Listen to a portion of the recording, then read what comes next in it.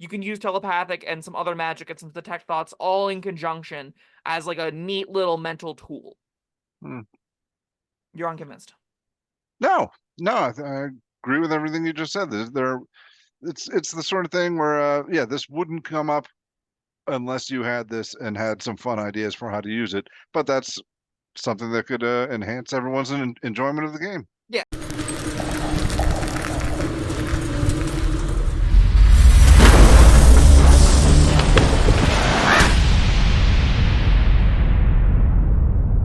Hello, friends. Robert Bevan here, author of the Caverns and Creatures series of comedy fantasy novels and short stories. With me is Sam West, and today we're talking about the feat Telepathic.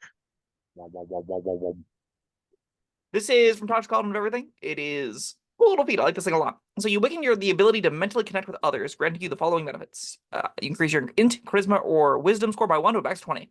Great place to start.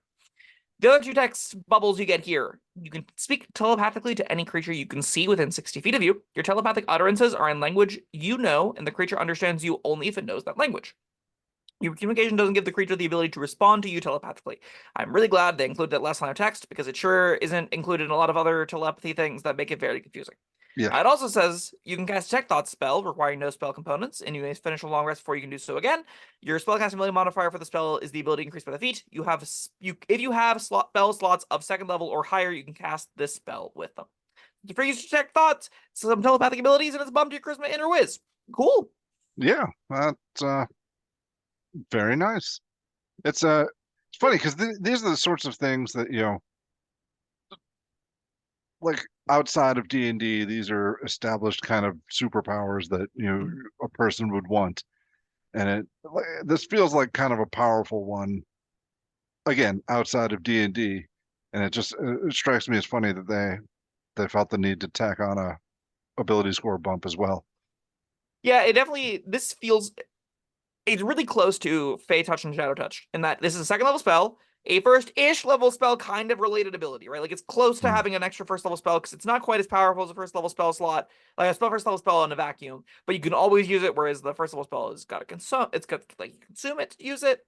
So you're in that wheelhouse, and those all gave you the bump to the Wizard Charisma. This does too, for the same reason of like it includes the spell save DC for Detect Thought, so that makes sense to overlap it there.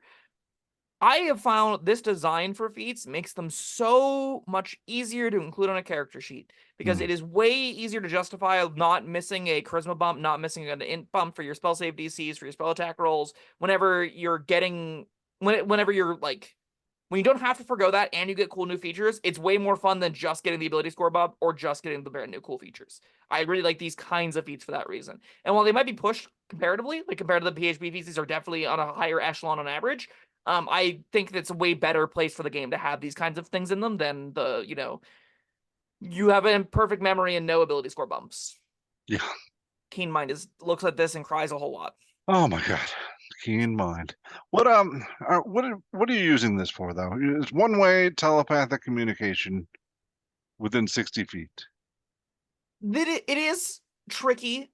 I like it because it solves a lot of metagame problems where you can Yeah. communicate information instantaneously that your character knows to characters that are within 60 feet of you. You have to still be able to see them, so you can't go through walls. So it is relevant to like be able to see the creatures you want to talk to. But this is kind of like you're the hub, you're where information, you're kind of pulling it in and giving it out to other people. Like you Yeah. are sort of the brains of the Dispatcher. operation, if you will. What'd you say? The dispatcher. Yeah, the dispatcher, exactly. Yeah.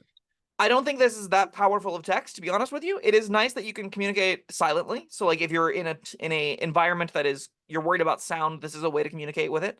I think the meat of this text though is the Detect Thoughts once per long rest. And I like that a lot, actually. I think Detect Thoughts is a great little ability. Being able to read other creatures' minds is very useful. Being able to probe deeper to get cool thoughts is a fun exploration sort of a tool to have. You'll use this in dungeons with sentient creatures. You will use this in social encounters. You'll use this at parties, at masquerades, at the varying D&D high society events you're maybe attending. You'll also use it whenever you're in a bar fight. You'll use it whenever you're finding the mad wizard at the base of his tower and you're trying to probe exactly what his motives are. it has some modality in all those uses, and you having a free use of it means you're gonna fire it off whenever you have any good reason to. And that makes this a little bit more appealing to me. Now, it's not nearly the same level as Misty Step or Invisibility, like the other two that I talked about earlier, Shadow Touch and Fey Touch, but it's still like a cool ability to get that I like having once per long rest. It's got a long duration of, it's got a minute, not that long, but it's got a duration of a minute. You can do some neat things with it. I like that a lot more, I think, than one-way telepathic communication. Well, now that I'm thinking about it more, and the telepathic communication part, the main what I feel is the purpose of this feat. I'm getting a little bit more down on it because I mean you're within 60 feet, you can see them, presumably they can see you. I mean, how much are you communicating that you can't just pantomime? Pantomime is genuinely very limited, and this is at will. You can just do as much of this Yeah, as you want. Doesn't matter what your hands are doing. Doesn't matter what your eyes are doing. Doesn't matter what, any other elements of you are doing. So like if you're trying to discreetly communicate with somebody, like let's say you're doing some gambling and you're trying to cheat, you can tell yeah, everyone what's in your hand. You can just do that. You can also tell everyone what's in their hands. Like if you're going around the table, if you're spectating, you can be like, they have pocket aces. Now, cheating at gambling in D&D is really like bare bones. You don't need to ever do that. It's normally a way to make 5 gold pieces, which is not worth the 35 minutes the encounter takes. But like it is a cool character building thing that you can do with it. I do think the complete discretion that telepathy offers is useful. It is a genuine way where all you have to know is they're in line of sight. If you can see them, you can tell them exactly what you want, no matter what everyone else around you sees. That's useful for some discretion, some discrete plans. That's useful if you want yeah. to be like split from somebody, pretending to not know them and communicating with them at the same time. There's the Cyrano de Bergerac thing. You could you know the big ugly barbarians trying to seduce the beautiful woman. Mhm. You You're tell feeding them them lines. the these poetic words. That is genuinely really cute. Like there are a lot of ways you can kind of run a social encounter. As I am playing the sociable one, you take like a charisma with this. You use the tech thoughts to see what the creatures you're around are thinking about, and then you feed that information to whoever you want to be doing communicating, because maybe they are, look dumber, or they were, someone else led the conversation, someone else approached them. You can kind of funnel that information over that way, which is cute. I like that a lot. That the detect thoughts kind of compounds upon the telepathy idea of feeding the barbarian poetry in an Or yeah, interesting way. or politics. Yeah. You can tell this guy exactly what the people want to hear. Yeah. And literally from just around the room, what the general Mm. consensus is, right? Like, imagine going into a sports bar and you're brand new to the area, and they're all talking about, the latest, biggest game, and you have no idea who team to root for. With Tech Thoughts, you can be like, here are names. You're going to talk about these names. We're going to pretend we belong here. And you just funnel them all to the most recent gladiatorial outcomes, who they should be rooting for, who's, the favorite for this coming fighter or whatever. That's a cute little ability you have to blend in really well. I like that a lot. All right, Now, how feeling a little practical is bit better that? about it. No, not very probably. No. We've come up with a lot of scenarios that are never going to happen. Yeah. Well, I think the more likely ones, right, are you're in the dungeon and you need to know what the boss's name is. You've got a disguise self going, or someone else has a disguise self going, even. Yeah. They're pretending that you're their prisoner. You put detect thoughts up, you get the boss's name from that person using reading their thoughts, and you Mhm. tell your person that is guarding you, we're taking this to the boss's name.